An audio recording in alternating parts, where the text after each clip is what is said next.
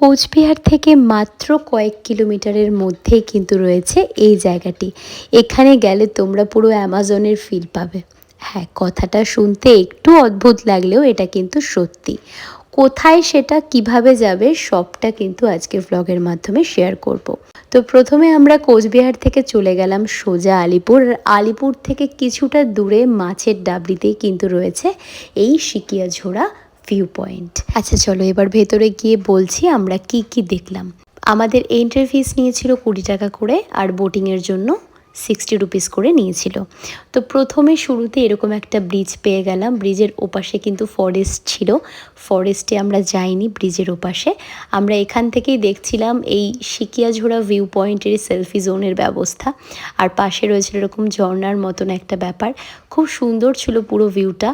আর তার পাশেই ছিল এরকম সুন্দর চিলড্রেন পার্ক, বাচ্চাদেরকে নিয়ে আসছে, তাদের কিন্তু সুন্দর সময় কেটে যাবে এখানে। এই পার্কের পাশে রয়েছে এরকম একটি চায়ের দোকান, এখান থেকে আমরা নিয়ে নিলাম চা। আর চা খেতে খেতে নদীর ধারে বসে আড্ডা দিচ্ছিলাম।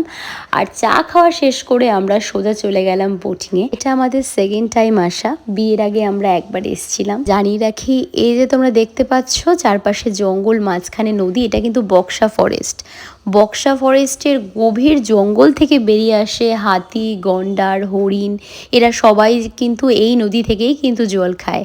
আর যখন এরা জল খেতে আসে তখনই কিন্তু তোমরা বোটিং করলে দেখতে পারবে তাদেরকে। আমি কিন্তু শুধু হরিণ দেখেছিলাম আর হাতির পায়ের ছাপ দেখেছিলাম।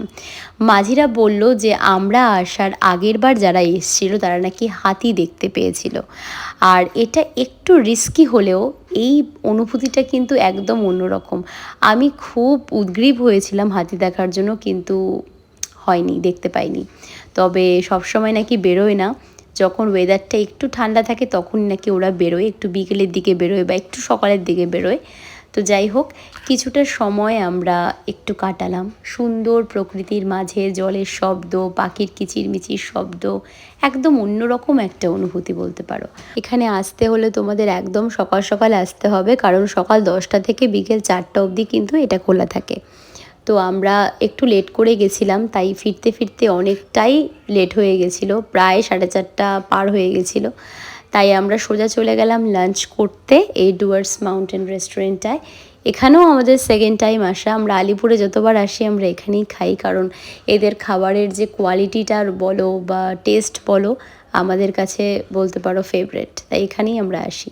তো আমরা অর্ডার করে দিয়েছিলাম মিক্সড ফ্রাইড রাইস আর চিকেন ভর্তা। আর খাওয়া দাওয়া কমপ্লিট করে আমরা সোজা বাড়ির দিকে রওনা দিলাম, কারণ প্রায় রাত হয়ে গেছিলো, রওনা দিয়েছিলাম একদম সকালে। তো এই